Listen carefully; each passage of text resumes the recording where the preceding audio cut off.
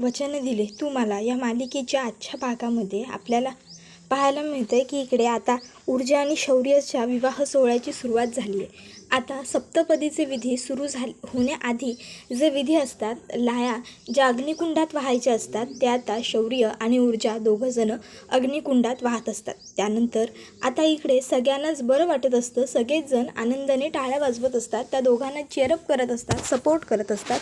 आता ते झाल्याच्या नंतर पुढचे जे काही विधी असतात ते सुरू झालेले असतात।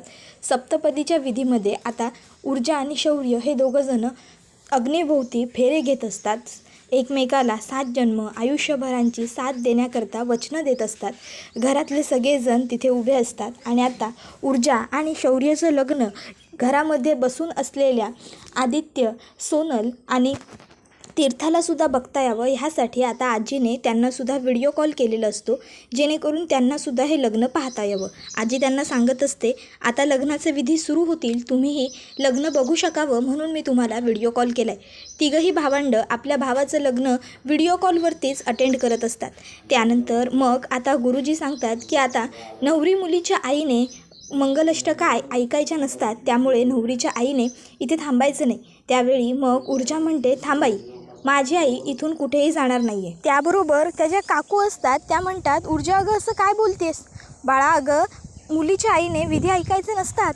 त्याबरोबर ऊर्जा म्हणते, हो काकू, माहिती आहे मला, नवरी मुलीच्या आईने लग्नाचे विधी ऐकायचे नसतात, पण हा नियम का होता? कारण जर आईने मुलीच्या लग्नाचे विधी बघितले किंवा मंगलाष्टका ऐकल्या तर आई खूप जास्त भावनिक होईल, भावूक होईल आणि त्यामुळे मग मुलीला तिचं माहेर सोडणं कठीण होईल। सासरी जाताना पाठवणी करायला तिला म्हणजे त्रास होईल त्यावेळी, म्हणून बाकी त्या व्यतिरिक्त दुसरा काहीही ह्या सगळ्या रूढी परंपरांमागचा हेतू नाही आहे, हे मला माहिती आहे। आणि माझी आईच तर माझ्या स्ट्रॉंगनेसचं कारण आहे ना, मग उलट मला माझी आई माझ्याबरोबर इथे हवी आहे, कळलं का? त्यामुळे माझी आई इथून कुठेही जाणार नाही, ती ह्या लग्नाला कुठल्या परिस्थितीत तयार झाली आहे हे मला माहिती आहे। मग एवढं सगळं असताना मी माझ्या आईला माझ्यापासून लांब नाही करू शकत। त्यावेळी मग आता आईच्या डोळ्यात हे ऐकून पाणी येतं।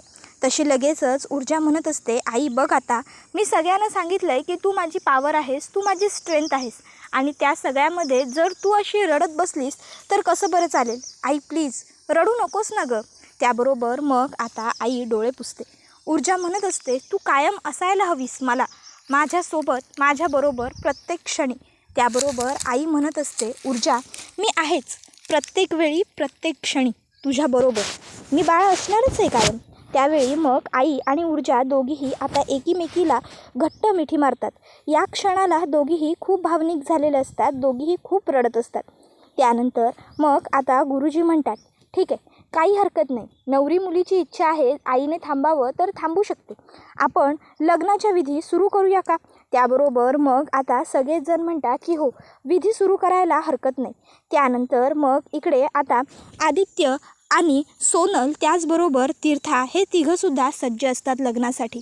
आता ऊर्जा आईचे अश्रू पुसते आणि आईला नजरेने खुणावते की आता रडायचं नाही, आणि मग त्यानंतर इकडे आता आई आणि ऊर्जा ह्या दोघीसुद्धा लग्नाचे विधी सुरू करायचे आहेत म्हणून आता पुढे सरसावतात। आता इकडे एका बाजूला अंतरपाटाच्या शौर्य उभा असतो, अंतरपाटाच्या दुसऱ्या बाजूला ऊर्जा उभी असते। आता शौर्य आणि ऊर्जा एकमेकांसमोर अंतरपाटाच्या विरुद्ध दिशेला उभे असतात, मध्ये अंतरपाट असतो, गुरुजी मंत्रोपचार करत असतात, घरातले सगळे त्यांच्यावरती अक्षता टाकून त्यांना शुभ आशीर्वाद, शुभेच्छा देत असतात। दरम्यान आता आदित्य, तीर्था आणि सोनलसुद्धा त्यांना शुभेच्छा देण्यासाठी मोबाईलवरती ऑनलाईन का होईना पण सज्ज असतात। मग त्यानंतर आता मंगलाष्टका पूर्ण होतात। मंगलाष्टका पूर्ण झाल्याच्या नंतर मग आता गुरुजी हे सांगतात, आता वधूने वराच्या गळ्यामध्ये हार घालून घ्या। त्याबरोबर लगेचच आता ऊर्जा शौर्याच्या गळ्यात हार घालते। त्यानंतर मग गुरुजी सांगतात, आता वराने वधूच्या गळ्यात हार घालून घ्या। मग ऊर्जासुद्धा आता शौर्याच्या गळ्यामध्ये हार घालते। आता दोघंही एकमेकांच्या गळ्यात हार घालतात। आता हार घालून झाल्याच्या नंतर मग लगेचच आता इकडे गुरुजी सांगतात थोरा मोठ्यांचे आशीर्वाद घ्या. मग शौर्य आणि ऊर्जा पहिले येतात आणि आजीचा आशीर्वाद घेतात, आजीला नमस्कार करतात. आजी दोघांनाही आशीर्वाद देते, आयुष्यभर असेच एकत्र राहा, सुखी राहा. तर आता दुसऱ्या बाजूला आजी ही ऊर्जाच्या आईला बाजूला घेते आणि म्हणत असते, खरंच तू हा जो काही निर्णय घेतला आहेस ना पूर्वा, खरंच तो खूप उत्तम आहे. तुझ्या या निर्णयामुळे आपली मुलं सुखात, आनंदात आणि कायम एकत्र राहतील, बघशीलच तू. त्यानंतर मग आता आजीचा आशीर्वादही मिळाल्यानंतर दोघंही पूर्वाकडे येतात.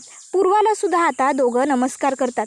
पूर्वासुद्धा त्यांना आयुष्यभर एकत्र राहण्यासाठी आणि आयुष्यभर कायम खुश राहण्यासाठी आशीर्वाद देते. आता पूर्वाचाही आशीर्वाद मिळालेला असतो. त्यानंतर मग लगेचच आता त्याच्या काकू असतात, त्या म्हणतात चला चला जेवणावळ सुरू झाली, जेवायला चला.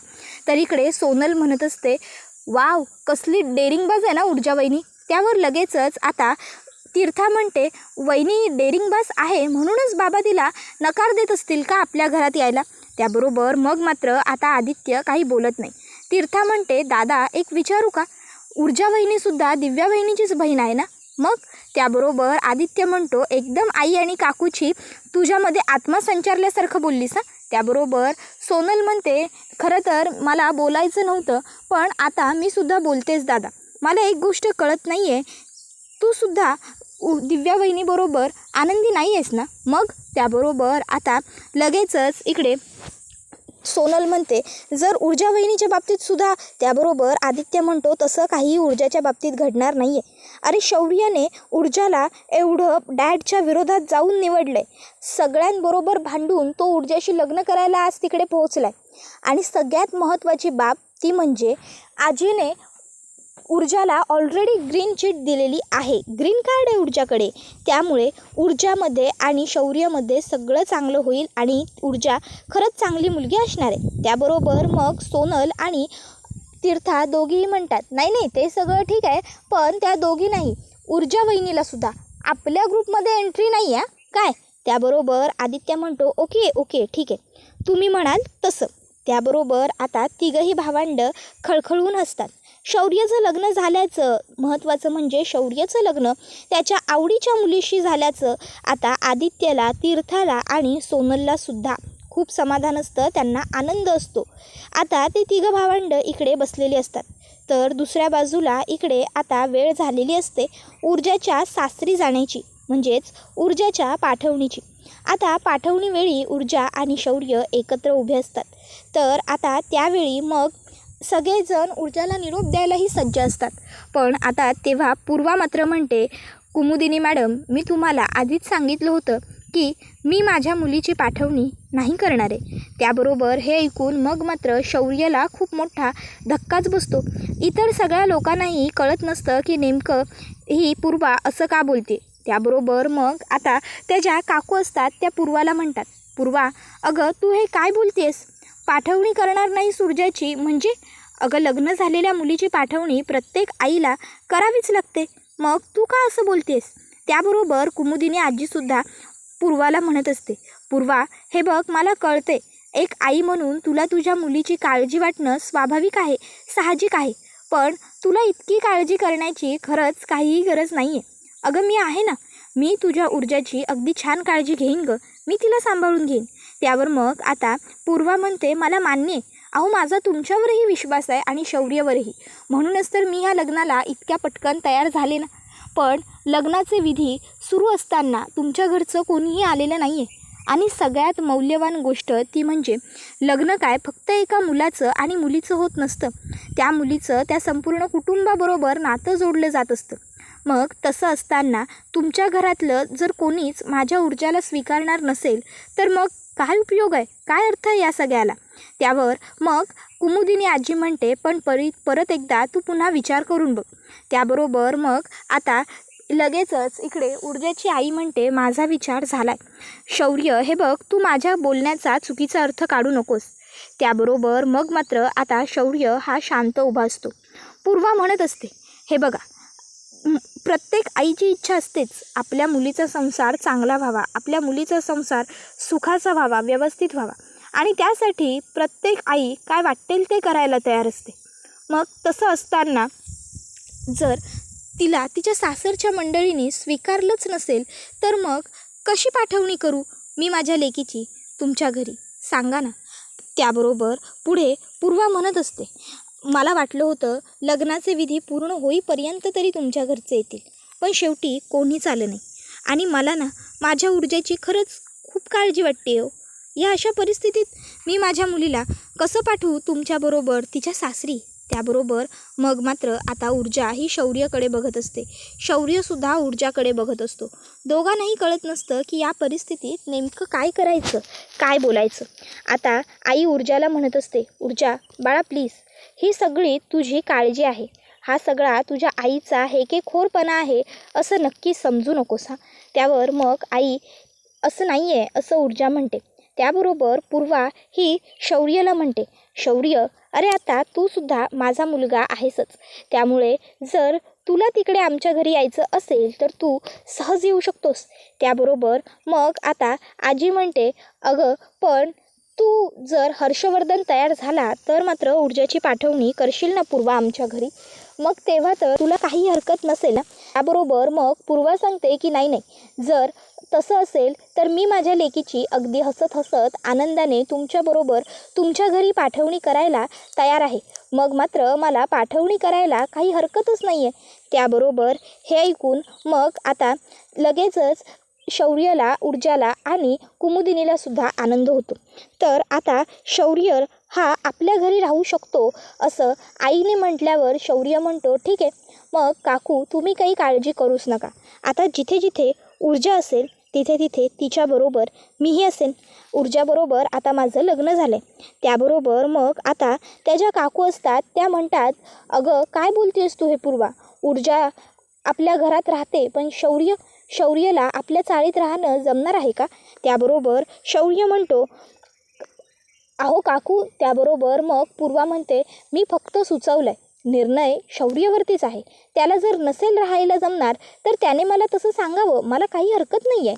त्याबरोबर मग आता लगेचच शौर्य म्हणतो, नाही काकू अजिबातच नाही, माझं ऊर्जाबरोबर लग्न झालं आहे आणि आता जिथे जिथे ऊर्जा असेल मी सुद्धा तिथेच असेल ना, त्यामुळे मी तुमच्या घरी राहायला यायला तयार आहे, मी येईन तुमच्याबरोबर घरी. त्याबरोबर आता हे ऐकून ऊर्जा म्हणते, शौर्य अरे. त्याबरोबर शौर्य म्हणतो, ऊर्जा अगं हरकत काय आहे. त्याबरोबर मग आता ऊर्जा म्हणते, शौर्य अरे पण. त्याबरोबर आता शौर्य म्हणतो, बोल ना ऊर्जा. तर आता पूर्वासुद्धा ऊर्जाला म्हणते, ऊर्जा हे बघ बाळा, जे मनात असेल ते इथल्या इथे बोलून टाक, क्लिअर होईल सगळं, बोल काय आहे तुझ्या मनात. त्याबरोबर मग आता ऊर्जा ही लगेचच शौर्याला म्हणते, शौर्य अरे असं काय करतोस तू तिकडे. त्याबरोबर मग पूर्वा म्हणते, बोल काय बोलायचं आहे तुला ऊर्जा. त्याबरोबर मग आता ऊर्जा ही आईकडे बघते, आई म्हणत असते, बोल ऊर्जा तुझ्या मनात जे असेल ते बोल. मग ऊर्जा शौर्याला म्हणते, शौर्य अरे तू माझं घर आधीच बघितलं आहेस, तुला माझं घर कसं आहे काय आहे सगळं माहिती आहे, मग त्या परिस्थितीतसुद्धा तू खरोखर माझ्याबरोबर माझ्या घरी राहायला यायला तयार आहेस का. त्याबरोबर आता इकडे पूर्वा ही सुद्धा ऊर्जा हे जेव्हा बोलत असते तेव्हा तिच्याकडे बघत असते. तर आता हे जेव्हा ऊर्जाचं बोलणं शौर्य ऐकतो तेव्हा शौर्य शांत होतो. तर आता लगेचच त्या काकू ज्या असतात त्यासुद्धा म्हणतात, नाही म्हणजे ऊर्जा जे बोलते त्यामध्ये चुकीचं असं काही नाही आहे, कारण शौर्य अरे तुझा बंगला आणि आमची चाळ यामध्ये खूपच अंतर आहे, मग हे एवढं अंतर असताना तू तिकडे कसा काय राहू शकशील. त्याबरोबर मग आता शौर्य म्हणत असतो, काकू अहो मी म्हटलं ना, आता मी ऊर्जाबरोबर लग्न केलं आहे, आम्ही सप्तपदी घेतल्यात आणि सप्तपदी घेताना आयुष्यभर तुला साथ देईन असं वचन मी तिला आधीच दिलं आहे, मग मी तिला हे वचन दिलेलं असतानाही तुमच्या मनात हा प्रश्न येतोच कसा की मी तिची साथ देईन की नाही. त्याबरोबर मग ऊर्जा म्हणत असते, शौर्य अरे पण तुला तिकडे नाही जमणार राहायला, तुझी गैरसोय होईल. शौर्य म्हणतो, अगं काय गैरसोय होणार आहे ऊर्जा, आत्ताच काकू म्हणाल्या ना की ते घर माझंसुद्धा आहे म्हणून, मग मी तिकडे येऊन हक्काने राहू शकतो. त्याबरोबर ऊर्जा म्हणते, अरे हो पण. त्यावर शौर्य म्हणतो, आता काय. ऊर्जा म्हणते, शौर्य अरे तुला एसीची सवय आहे, आमच्या घरी नाही आहे एसी. त्याबरोबर मग आता शौर्य हसतो. शौर्य म्हणतो, ऊर्जा तुला वाटतं का माझ्यासाठी तुझ्यापेक्षा महत्त्वाची एसी आहे म्हणून, ऊर्जा काय गं, माझ्यासाठी तू महत्त्वाची आहेस. त्याबरोबर मग आता लगेचच इकडे पूर्वा कुमुदिनी आजीला म्हणते, बरं मग कुमुदिनी आजी, आता तुमचा आशीर्वाद असू द्या, मी घेऊन जाते शौर्य आणि ऊर्जाला आपल्या घरी. त्याबरोबर कुमुदिनी ही म्हणत असते, हो हो, माझा आशीर्वाद तर आहेच, पण तू काळजी करू नकोस. ऊर्जाचा गृहप्रवेश लवकरच आमच्या घरात होईल, तो सुद्धा वाजत गाजत, याची मी तुला खात्री देते आणि हे मी नक्की करून घेईन.